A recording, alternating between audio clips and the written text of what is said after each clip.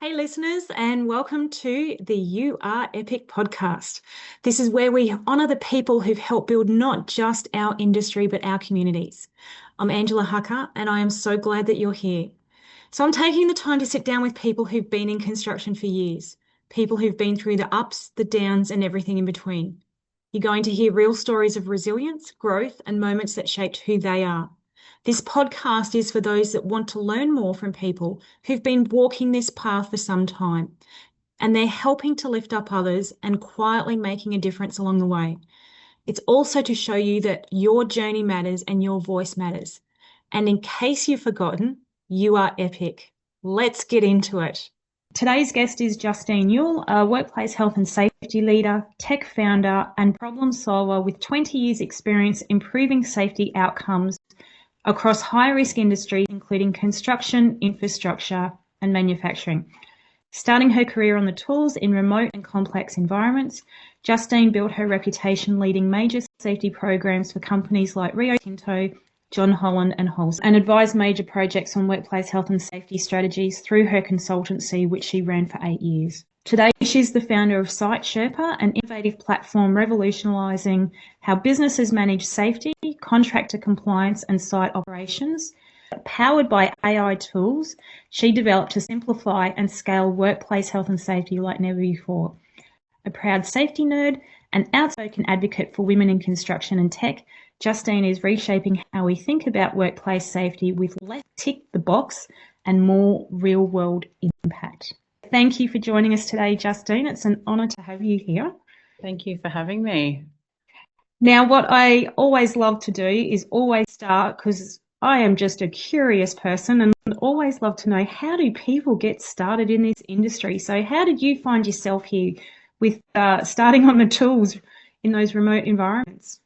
Yeah, sure. So I left high school and I was doing the gap year and I was traveling around Southeast Asia, and I'd planned to kind of do the gap year plus some, and I ended up meeting my now ex-husband, who was at the time working in mining in Darwin, and I didn't really have a home base, and I fell in love head over heels. So I packed up my life and moved from, at the time I was traveling in Southeast Asia, to Darwin. And I arrived in Darwin, a kind of an 18-year-old girl with all the pressure of, what's your career going to be? What are you going to do? All my friends were going to uni and I didn't know what I wanted to do. I kind of didn't really have any interests. I kind of dabbled in some things, but all I knew that I wanted to do was really travel. And, then I fell in love. So that plan was cut short. So yeah, I found myself in Darwin, and I don't know if you've been to Darwin, but that was back in oh gosh, God, I feel so old when I started just calculating numbers. But yeah, 20 years ago, and the only thing to really do there was like work in mining, or you pour beers, or become a cleaner in the mines. And I knew I didn't want to do any of those things, so I thought that I would become an operator and get on the tools and start operating some machinery, which is what I did. And I found out quite quickly that that's not what I wanted to do. It was kind of good to be in the cabin in the aircon and swinging and digging dirt. And then I was like, I need more than this. I've always had this kind of appetite to really push boundaries and achieve a lot and do a lot of push myself. So yeah, I was working on, at that point, I think it was a shutdown, or we're doing something with Rio, and a job in safety came up. Wow. So that's kind of how the safety, mining, construction kind of journey started for me. Wow. So you kind of just fell into it, really. So yeah, I did fall into it. Yeah. I totally did fall into it. It was never on my radar. I don't remember any time at any point I went to a private girls' school in Melbourne, in the eastern suburbs, and I don't think I'd ever been spoken to about construction or mining. It wasn't on the radar. I love that story. It's actually very similar to mine, to be honest, about, Is it? like traveling and meeting, my ex-husband, and, having a child, and, then settling down, and then just ending up in construction. Like, I just fell into it living on a boat and sailing up the Queensland coast, and, stopped in at Hervey Bay, and anyway, here we are all these years later, and I'm still in the industry. So it's Amazing. it's interesting, the synergy. So yeah, no, thank you for sharing. I love that. So with your time in safety, you would have seen a lot of stuff. What's Mm. kind of some standout moments that you have seen in, these last few decades that you've been involved in that space? Yeah, I have seen a lot, and I've seen companies starting to take it a lot more seriously than it was back in the day. There's a lot more conversations around safety. There's still a lot of tick the box going on, which pains me to see. I you know, I approach safety from a behavioural perspective. I believe that we really need to get on the same level as people and educate them. Mm. I think for too long, we've kind of done this tick box exercise kind of process, whereas me as a safety professional, I feel almost like a police officer entering conversations, Mm. and that's the way that it's been for a very long time. Is that we go up to people and we say, where's your white card, where's your swims, where's your this, where's your that, like we're interrogating them, like you've Yeah. got it all wrong. And I try to educate my team about that. Like, go up and ask them how they are, ask them to tell you about their job. Yeah. That's where the lessons are. That's where the lessons are, and that's where you can actually have conversations and Mm. kind of find out where there's kind of a gap or where you can add value. And I think that the safety profession hasn't come on that journey as such. Mm. It has definitely very much been about, like, from an authoritative perspective, that they're in charge because they're sort of, managing the safety and everything, and more that police kind of framework that, we're here to do this. But it is that human to human connection because, like I have a saying, you get more bees with honey, don't you? So if you Totally. if you're approaching them from that human perspective and connecting with them, then you're more likely to have them be cooperative to comply with the safety requirements that are needed. Exactly. So, with being in Darwin, so yes, I have worked in Darwin. I spent almost a year in Darwin working on the Itchies project, and I must say it was not a place that I desired to return to. There's quite a reputation in Darwin, particularly around, and I like, no, mining has this as well, obviously, but Darwin has this, thing with the drinking aspect as well, because it is so damn hot, and like, it's easy to finish work at the end of the day and drown down 6 beers, and it's like a hydration type of thing rather than anything else. So what have you seen in that regards, particularly with the working in those environments and all those years ago around, that aspect of the drinking and that kind of environment that you would have been exposed to in mining as well? Yeah, it's interesting. When I moved to Darwin at kind of 19 years old, I loved it. It was my place. There was bars open at 10 a.m. on a Saturday, or pubs or whatever they're called. And I slotted right in, and I learned how to drink, and I learned how to drink like one of the boys, because Mm. but back then, and it hasn't changed too much these days, but I would have Mm. been less than 1% of females on site. Mm. So that's what we did. We'd work hard and we'd play hard. So we would be drinking a lot, and that kind of followed me. If I'm honest, and I look back now, like, that whole being one of the boys really followed me throughout my lifetime. And I've moved around. I've lived in every state of Australia, actually, and moved around and worked on various infrastructure and construction projects. And that's kind of that stayed with me. Like, we'd do our kind of 12-hour days and we'd knock off and go to the pub. So drinking became a really big part of my life. Mm.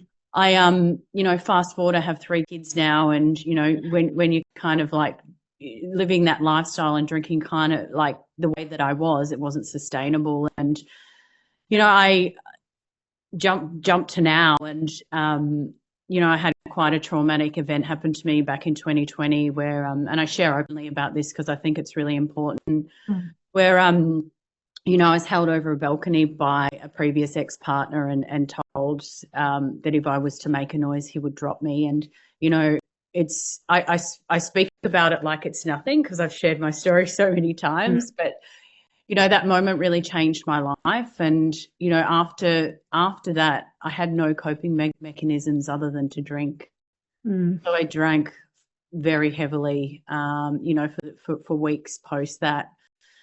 And now I'm sober. I've been sober for a number of years now, and I just I hear and I see the problems with drugs and alcohol in construction, and I still see it, when I go onto sites daily. And, I share my story of sobriety and what that's meant for me and the impact that it's had both on me personally and people around me, because I think it's a really important message. I was actually only in a conversation, had a conversation on the site with somebody the other day, and I said, well, I don't drink.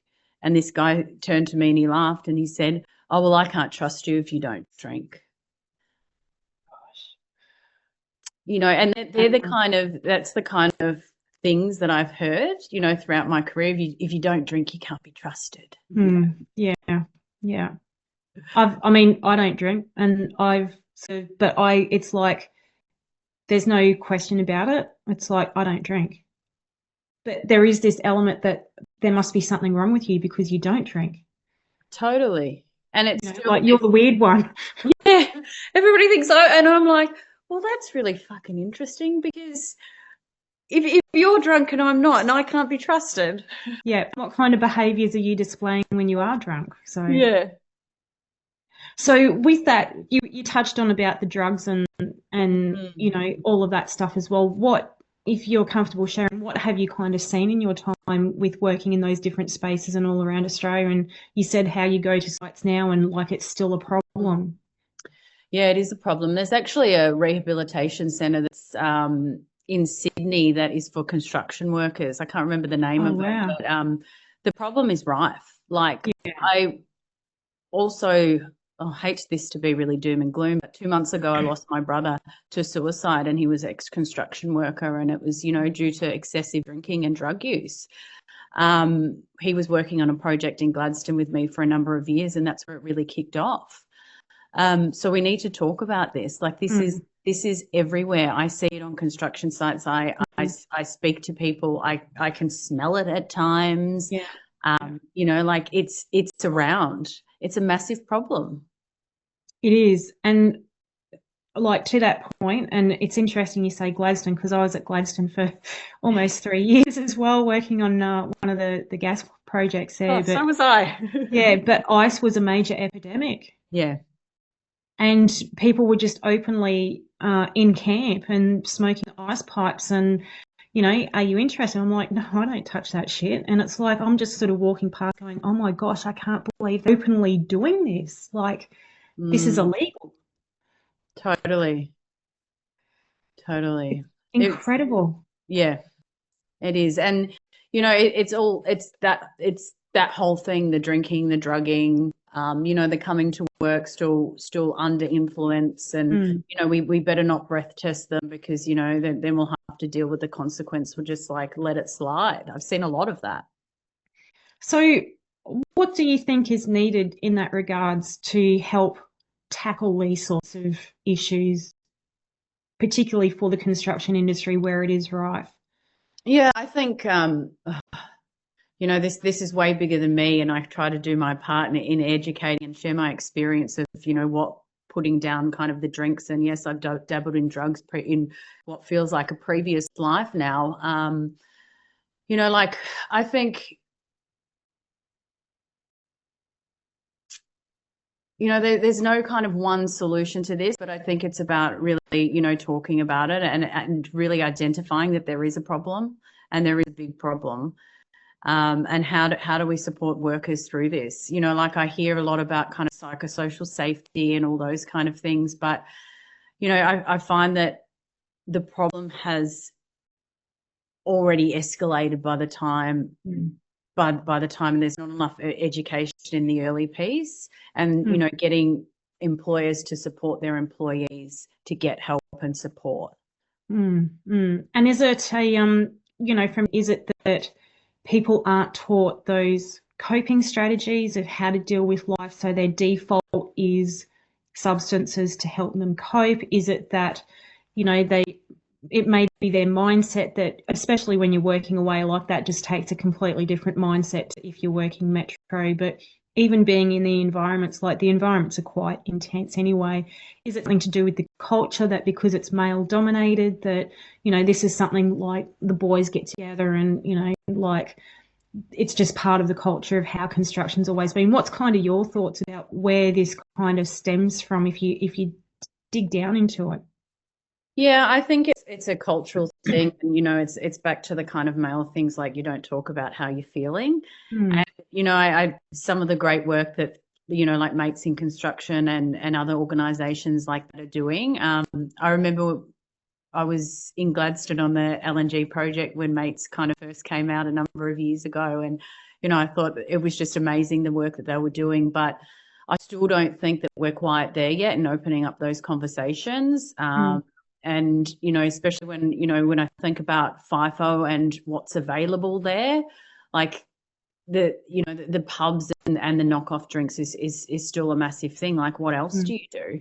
mm. And it's having alternative options, healthy options, that people can have rather than that traditional of go to the pub, have a few beers. But, like I know the camp I was in, it was you literally had two choices after work. It was Yeah, go to the pub or you go to the gym. And thankfully, they had a decent, they had 4 gyms on site, which was great, and tennis courts and a pool and beach volleyball and all that sort of stuff, and basketball courts. So, but they were kind of your choices because you're in a confined space as well. But you need that healthy outlet as well to be able to cope when you're in those confined spaces and living environments. yeah, totally. So, other than the employers supporting people, what other things, and maybe things that you've learned from your own journey as well, that would be beneficial to individuals to help support them? Yeah, so in my journey, it's been about kind of creating the healthy habits, right? I Yeah.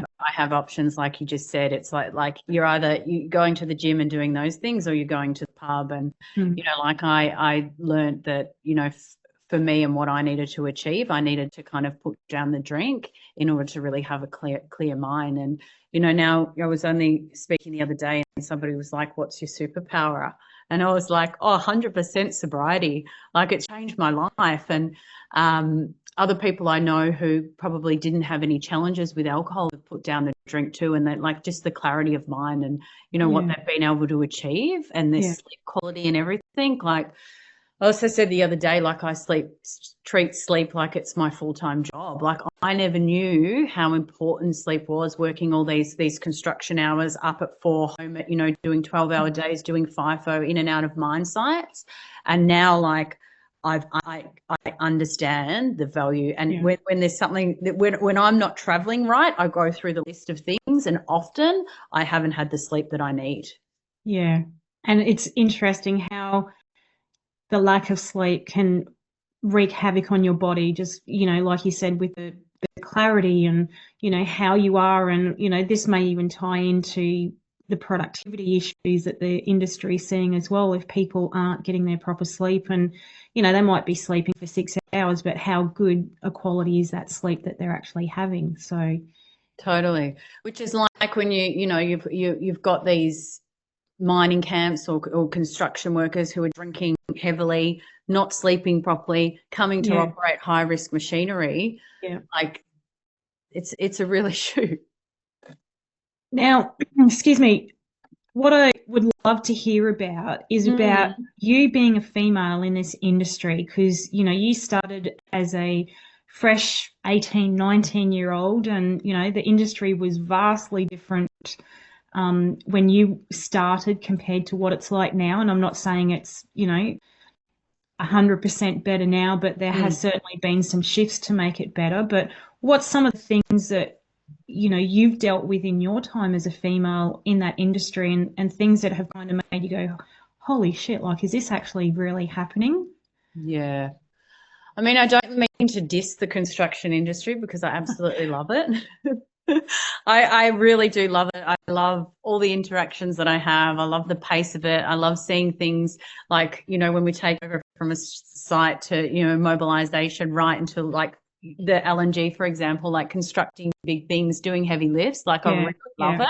But there's things that have been super challenging, right? Like, super challenging for me as a female. And like, I think I don't know the percentages. I can't talk to numbers, but I remember when I used to read what the numbers of female representation were on that LNG project, and I think there was around 15,000 workers over peak construction across all three. And I remember reading that they had, 30% of females on there. On the site, and I was like, where are all these women? Because like I was the only person on that boat, like the only female on that boat on a daily basis. So I'm like, who's writing these reports and where are they getting these numbers? Because it wasn't actually like that at all. So I'm not sure if you saw many other females when you were on project there. They were mainly the Peggies. Yeah. So the cleaners. There was very few, and like I was on AP, and in AP, so our camp was just under 2,000 people, and I reckon there was probably only about 100 females, and half of them would have been part of the facilities management team. Yeah. So there was not that many females, and thankfully I hung out with, actually it was probably even more than that. I reckon it was probably 60 or 70 were facilities management, and there was a small number of us. There was, probably 100 females, but I hung out with two other females, and we sort of just made our own group to get together and whatnot. But it was, I was the only female really for my company. We had a couple when we were at peak, a couple of trades assistants who were more interpreters because we had a lot of Chinese welders and stuff. So they came in as translators, as TAs to help the Chinese welders understand everything from the English perspective. I ended up with, one admin support person at that time. That was it. Yeah. So it's interesting. Yeah. So I think, we've always been a minority, and I think that will be the way for a long time. I see a lot of the work that's being done in the space into getting females into construction, but we'll talk about that in a minute. My experiences in being a female in construction, but also in safety, like I actually think I drew the worst card because when I have to tell people, oh, what do you do? Oh, I'm in safety. The eye rolls, like it's like, oh fuck, here we go. She's that person, and I was female. So I was always on the back foot before I even started, right? Like that's been my experience my whole career. So I learned really early on that I needed to know my shit. Like I needed to know what I was talking about to be able to, challenge conversations, be able to hold a conversation, be able to be quite resilient. So I learned all those skills early on, which, looking back now as like the founder of a tech company, like all those things like that I've learned have enabled me to be like in the position that I'm in now. So, I haven't loved my whole time in construction, to be honest. I remember many times being in kind of the toilets, bawling my eyes out saying, I can't do this anymore. It's been really tough. And since I've started speaking openly, on LinkedIn about my experience, I get a lot of messages, that are similar, saying that that's what it's still like. And I see and I hear it when I go onto construction sites as well. Yeah, yeah. And it is. And it's just that it's another environment. And a lot of people don't understand it until they've been in that situation, really. So, totally. And those skills that you said about, like with the resilience and the mindset and all of that sort of stuff, I mean, you weren't taught that. No. Like you didn't go to a classroom and have someone go, hey, I'm going to teach you how to be resilient, or I'm going to teach you how to have a strong mindset, or I'm going to teach you how to be more confident and speak up for yourself and stand up for yourself. Like you've actually had to go through the mud to then get out and dust yourself off and, learn these skills yourself. So how valuable do you think it would be for women coming into the industry to actually be prepared and have those skills before they enter? Yeah, I think it's super important to kind of teach the next generation all of those skills and how you kind of deal with situations. But I think that we really need to educate the males. Yeah. And so what sort of education do you think is needed? I think a lot of it's around culture, like what's been acceptable for so long that isn't acceptable now. And I think that we've failed to educate males in particular about what is appropriate and what isn't. Younger generation now, I think that they're kind of understanding, and this is all from my lived experience. Others can say I'm right, wrong, whatever, but this is my opinion on it. Yeah. Whereas the older generation, they say things and they don't realize that it could have a negative effect or it's offensive, etc. And I only had a conversation the other day with a union rep actually who abused me, and I turned to him and I said, "Do you know that I'm actually somebody's daughter and I'm a mother? And do you have children? Like, there's you don't need you have no right to speak to me like that." And he was like, "Oh, yeah, you're right." Like Yeah. he actually didn't realize that behavior was unacceptable. So Yeah. when I put it into a human perspective, he was like, Yeah. "Oh, yeah, you're right." Yeah. And it's making it relatable to them so they can actually understand that you're not just this, person standing in front of them who's being adversarial. You're actually, you're a human, like, and you're someone important in other people's lives as well. Totally. Yeah, it is certainly about that education shift about how it's always been to, that actually doesn't work now. Like those behaviors aren't going to serve the industry the best moving forward. It may have got through, in the last, and particularly when those LNG projects were on, there was obviously a lot of workforce shortages then and stuff. And here we are a decade later and we've got the same issues, but those behaviours aren't going to work now because we've got a different generation that's coming through who are more aware of these sorts of things as well. So Yeah, totally. And I think with the we can't retain females in the industry. Like I see that we're getting them in construction industry, but we're not retaining them. Why aren't we retaining them? Like what's going on at a site level? I don't care about what you think in the boardroom. Like they're the yeah, conversations that I'm privy to, and I'm like, absolutely not. Like this yeah. this is my experience, and this is what's happening because this is what I see. Like why are you talking about like the culture in the boardroom of what you think it's like? Well, go and actually walk the site and have a look for yourself because then you'll have a good understanding. Yeah, but also let's walk the site. But we know the senior leaders are coming, so let's clean all the site up and make it look Yeah, perfect. So when they come, that like nothing's out of place. Hold on a yeah, minute, that's a broken system. yeah, yeah. I agree. I agree. You know what still does my head in? I was on site last week and the female toilet's locked. So the male toilets, you can go in and out. This is on multiple sites, but the female toilet's locked. So I have to go ask, can I have the key? Like I'm at a bad restaurant. Go get the key. Like I said, why can't you keep that unlocked? Oh, because the men will dirty it. Well, why can't you educate the men not to use it? Correct. Yeah, yeah. And it's that whole thing, isn't it? It's like, and when a female needs to go, then everyone's knowing that she's going to the toilet as well. Exactly. It's embarrassing. Yeah, Go to the toilet. Can you yeah. help me? Excuse me, sir, can I have the key, please? I know. Oh my gosh. And I know that's been some of the tactics that sites have taken to help stop men from using it, but it's like, what you're doing is, or men will go in there when females are in there and not give a shit basically and still, go to the toilet and stuff. But it's like, well, hang on, it is this education piece and it's this culture as well, because this is what's leading to the culture where women are all these little things that just add up for a woman that it's like, well, why would I want to be here when I've got to ask for sort of permission to just even be able to go to the toilet? Totally.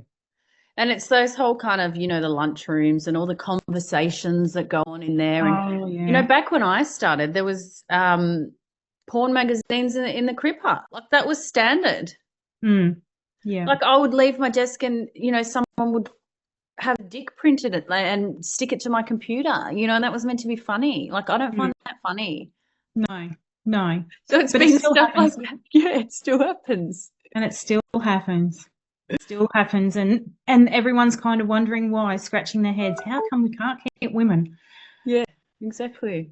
Oh, wow. Now with your you mentioned before that you've got three beautiful kids now and stuff. So you've obviously been working in the industry and you've had the kids and stuff like that. So and you've touched on about, those 12-hour days and everything like that. So walk us through like how that kind of worked for you, having three kids and, working in this environment and from that parenting arrangement, because I know this is a big barrier for women as Yeah. well in the industry because it's not friendly. Like the hours are not friendly for having a family. Like they just don't work. And especially, I think about sites that are in, the cities and stuff, and people might have to drop their kids off. The childcare centres are only open certain hours, and then they've still got an hour and a half commute to actually get to the actual site as well, each way.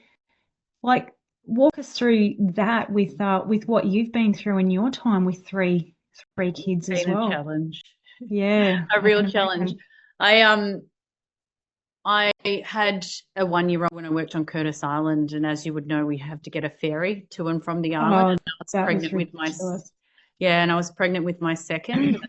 That was super stressful. That whole process, and I've had to hire in-home help. So I've had au pairs, I've had nannies, like throughout my whole kind of career. I've had to, when I think about childcare, it's not built for a female who wants to work in construction. It's barely kind of satisfies the need of a female who wants to work in corporate and starts at kind of 9 a.m. or 8:30. I know that, our kind of locally here, the childcare centre opens at 7. Like how to get into the city, like, I don't know, that's like, and closes at 5:30, finish work at 5:30, like. Wow. So we've had to have kind of people living with us in our house, helping us out with the kids, and kind of done that juggle the whole time.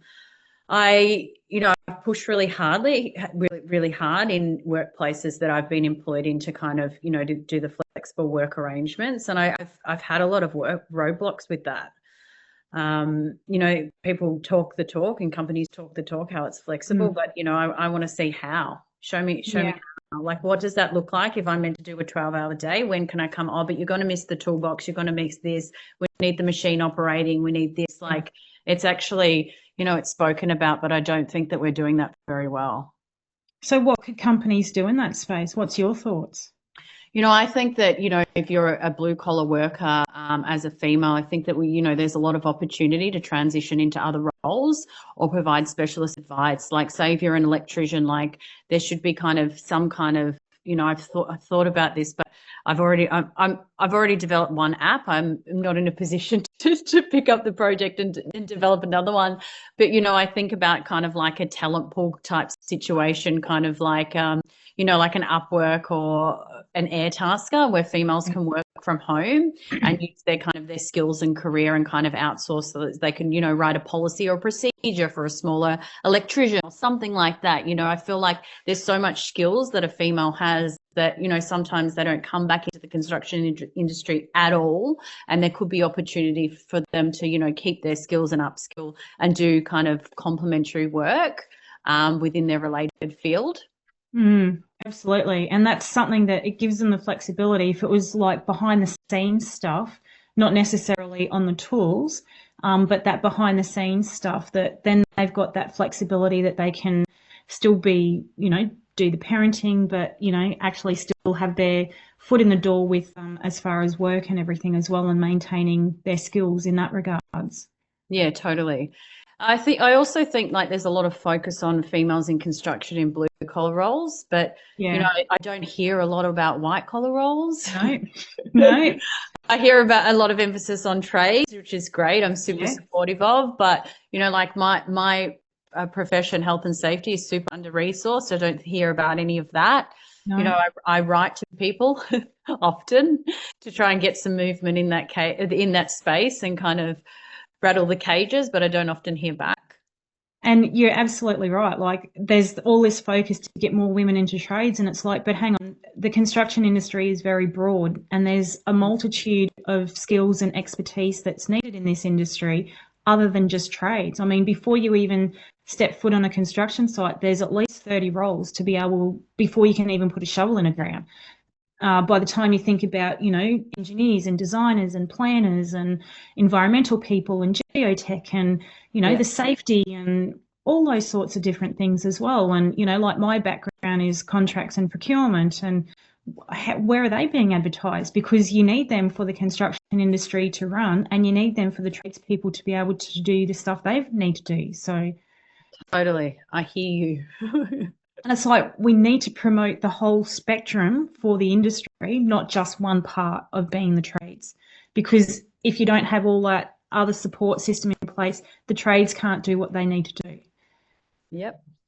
Because there'll be no materials on site. There'll be no one there keeping them safe. There'll be no geotech to know where you've actually got to dig when you've got to do your trenches and everything. There'll be just nothing will be available. You'll have no dongers because the plant wouldn't have been ordered, and your toilets won't be clean because there'll be no one there to clean them. So it's this whole spectrum of different things that need to happen as well. And yes, no, I'm with you. It's something that absolutely needs to be thought about and promoted for the whole range, because I say there's a job for everyone in the industry, because we can appeal to all types of people, and there's a role for everyone because of the different varieties of things that can be done. So Yeah, let's totally. promote everything that's available. I agree. I agree. Yeah, yeah. Awesome. So now I'd really love to know, because that's about, what you've done and, where you are now, where you're an incredible founding tech partner with what you've created with SiteSherpa. And I'd love to hear a little bit more about this and what it is, and, revolutionizing the industry, and what's the vision with this? Yeah, right. Um, so after consulting for a number of years, I'd go out onto sites and I would hear the same things. People didn't understand what they had to do. They didn't understand how to meet compliance. There was no kind of tech to enable them to do it. So I was like, oh, okay, well, I think there's a problem here, and perhaps I could create the solution. Yeah. I entered into this and knowing how hard it would be to create an app. What I did is I learned how to code. I'm Oh, one of wow. those people who, if I don't know something, I go and find out. So, like, YouTube is my best friend. So I watch Yeah. videos. I don't watch TV. And no, I am normal, because I don't drink. I don't watch TV, but I'm still normal. And I learned how to code. And I created what was my first MVP of SiteSherpa. And I implemented into an ASX listed business in Melbourne and had great success with it. So that was kind of my proof of concept. Then I created what is the SiteSherpa app now, which is like a fully integrated ecosystem to manage workplace health and safety. So we have various AI techs which I've developed, which are SiteSherpa proprietary products. So we develop risk assessments in under 30 seconds. We have things like talk to text, which will develop the risk assessment. I've got a real problem with the amount of paperwork and how we expect people who are neurodivergent to read and understand things when they can't read and write. Huge problem. Yeah. We've developed micro-learning, so it's like TikTok style learning, so where you can kind of tap through, and our learning modules are under 7 minutes, like game changing. I'm sorry, people don't learn when you sit them in a room for hours on end. They check out. So I kind of looked at what some of the big problems were, and I tried to solve them, and I tried to think about how I would learn and how my kids will learn. And I tested all of my theories on my children, because my son's now 15 and he has no interest in sitting still. So, and he wants to be a tradie. And I developed some, the learning modules and stuff. And I asked him questions afterwards, and he retained the information. Wow. I hand him a book. I tell him to sit down, and he won't retain. So I kind of tested all of my theories on my children, because they're the next generation, right? Yeah. Yeah. I love that. And in safety, what I was seeing is like this kind of all this dinosaur software and no innovation in the space, like zero, nothing had changed in my whole career. We were still using the same platform. Great, still workable, but no innovation. And I was hearing about AI and tech, and I was like, it had my mind was blown. Like when all of the rest of the world started using ChatGPT, I'd already been using it for like a year. Like, I'm a nerd like that. Like, I'm a safety nerd, but I'm a tech nerd too. I really like to solve problems. So I was thinking about how I could innovate and bring AI into the safety space. And now I'm looking at cameras and, solving remote work locations and how we can kind of service that and get females working remotely as well from home whilst they're doing inspections via cameras and all kinds of fun stuff. Oh, that sounds awesome. And it's embracing that technology, isn't it? Because this is the future. This is what we need. And we Exactly. need people like you embracing this and bringing it to life. So it's not the same stuff that's being done over and over again, like you said. So No. no, that's awesome. So what's your kind of vision with Site Sherpa? Yeah, so I want to impact multiple industries globally. I'm on a mission to change the way people view safety. Awesome. And what does that look like? That looks like having conversations, being, front and center, talking about behaviors, opening up, and innovate using the tech in innovation. Yeah, great. I love it. And it's absolutely where we're headed, and it's what companies and individuals need to do to be able to stay in business and keep on top of things as well. So that's awesome. So when you look back on your career, Yeah. you've obviously had a lot of ups and downs, and Mm. it's rare to meet another FIFO female worker. So thank you, because we are a rarity. There's Yeah, not no. many of us. What's kind of a Mm. moment that you're most proud of in your career? Oh, definitely developing this app. Yeah. If I had if hindsight was a thing, I'm pretty determined, but I probably wouldn't have said yes to this. Yeah, okay. Like it's like what I've developed, my developers call it a beast. They're like, Yeah. it has everything, Justine, you've thought of everything. And it's so cool that when I show clients, they're like, wow, wow, wow, you thought of that. I'm like, yeah, I absolutely did. But yeah, it's been the most challenging thing I've ever entered into in my life. Yeah.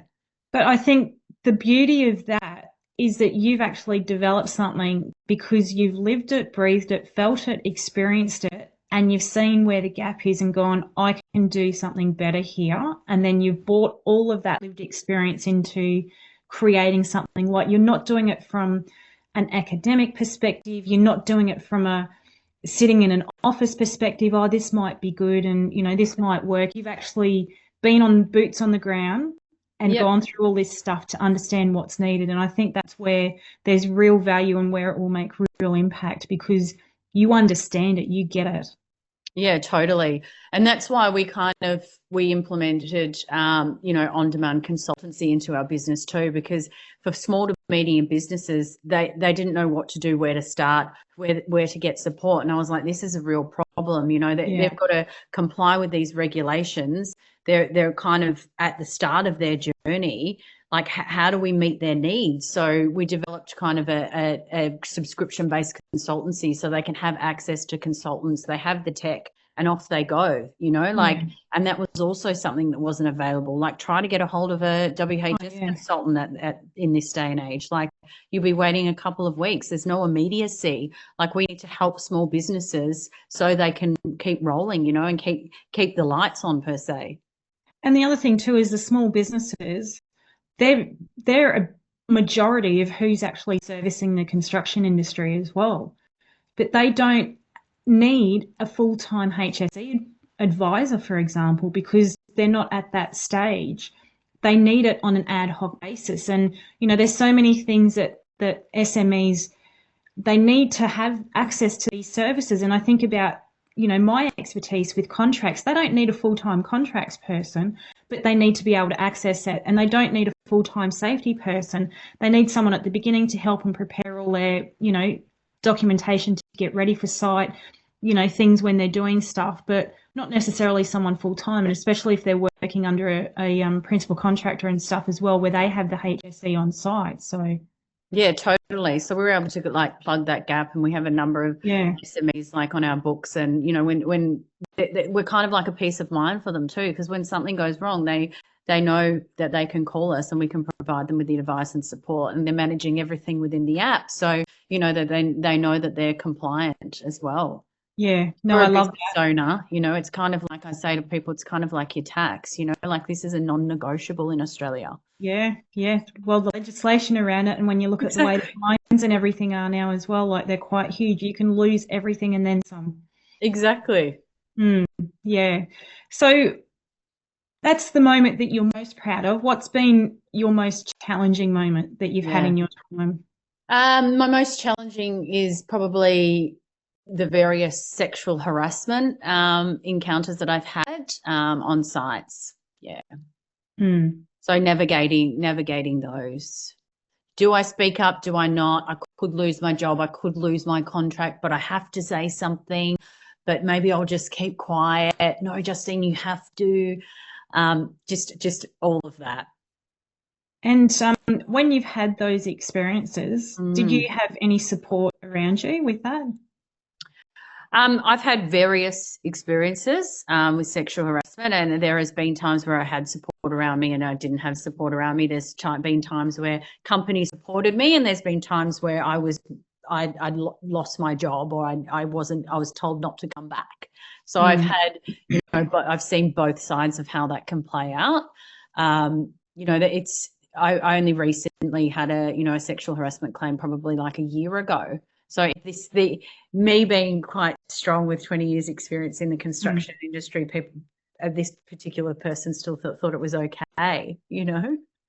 And And only 12 months ago, when the legislation is in about this sort of stuff, I mean, it's been in for a while, but the change of legislation under the Workplace Health and Safety Act with sexual harassment as well. And that came in 2023, and 2024, you're still experiencing it. I mean, that's just crazy. exactly.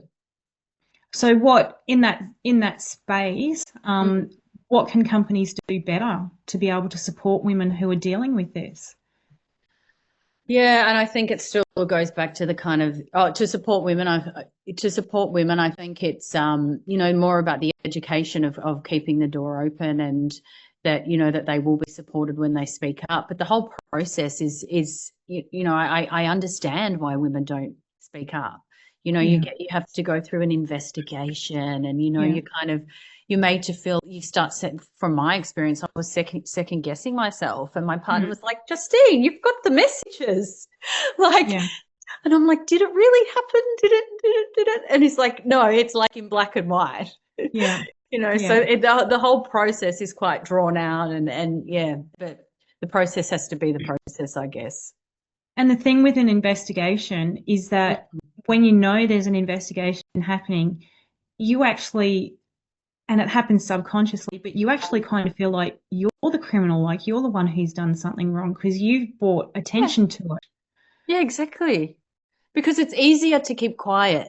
Yes. The thing is that it would be easier for me to just go and find another job or find another contract, because I don't have to deal with the uncomfortability, which is the Yeah. investigation, with second guessing myself, questioning myself. Was it me? Did I do this? Did I do that? I can just move on, right? And that Mm. person can continue to perpetrate. But then maybe this is part of the problem why women are leaving too, because they're dealing with it and it's easier to leave than to say something.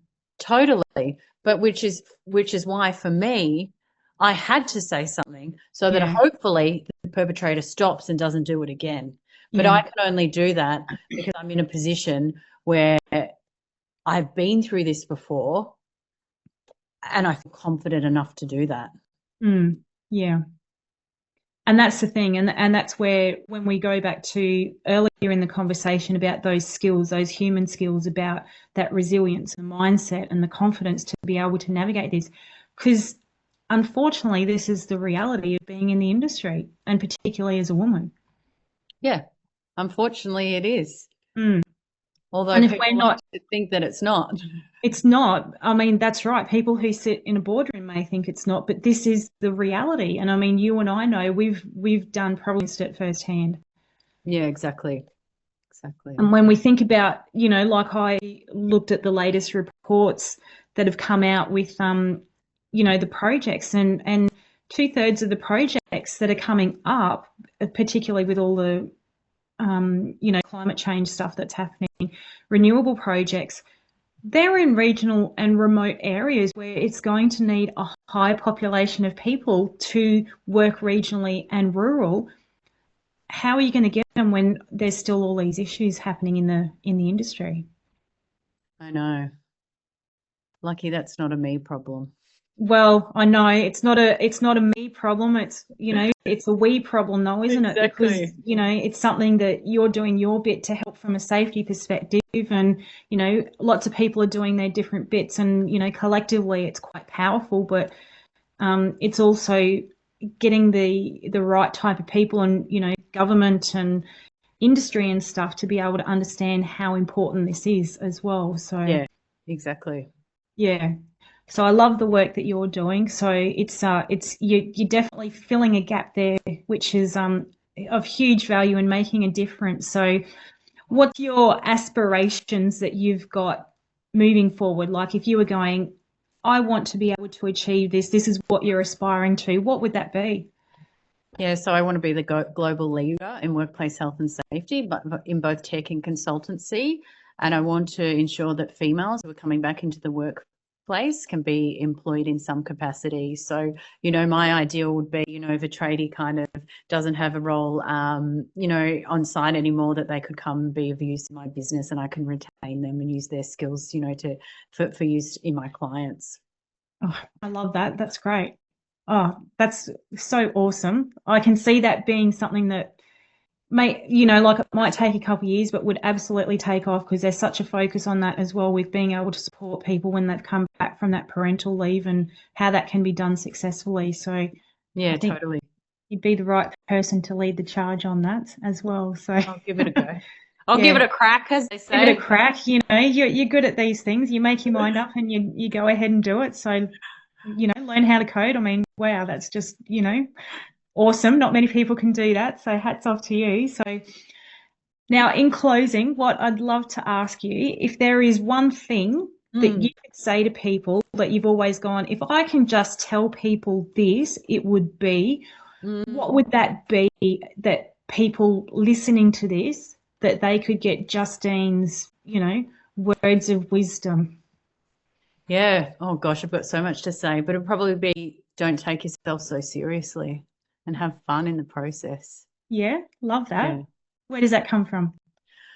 Oh, I think, like it's probably a letter to my younger self, like, just have fun whilst doing it. And, like my experience has been that I've achieved all these milestones, but it's kind of been on to the next thing, on to the next thing. And when I look back in hindsight, I'm like, wow, what an amazing life. Yeah, yeah, yeah. And it's so true because if you're not enjoying the journey, what are you actually doing? Like, what are you enjoying? You got to have those moments as well. So, yeah. Totally.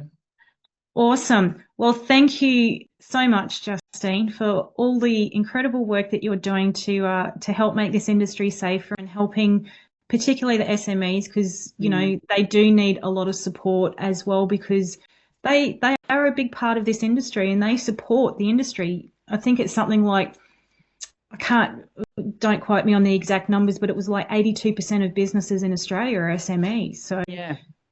and to be able to provide such a much needed service to them is, a great credit to you. So thank you for being able to support those smaller players as well, like and all the work that you've done in the industry. And, for me, I'm sorry you've had the experiences you've had, but I can see that they've actually helped lead you to something greater with which is what you've created with Site Sherpa. So I can see how the trajectory has kind of gone for you to get you on the path that you needed to get to. And, sometimes I look that the experiences are actually opportunities to help you grow, to drive you to do something greater for Oh, I the greater totally good. agree. Yeah. So thank you so much for joining us. It's been such an honor to have you. And, I wish you all the greatest success with Site Sherpa and a game changer for the industry. So thank you. Thank you for having me. Thank you so much for taking the time to listen to this episode today. I hope this conversation gave you something that you can take with you, whether it be a little bit of insight, inspiration, or maybe just a reminder that you're not alone. If it resonated with you, please share because we're better when we help build each other up. And remember that your experience, your story, and your journey, it all matters more than you know. Until next time, stay kind, stay connected, and never forget you are epic.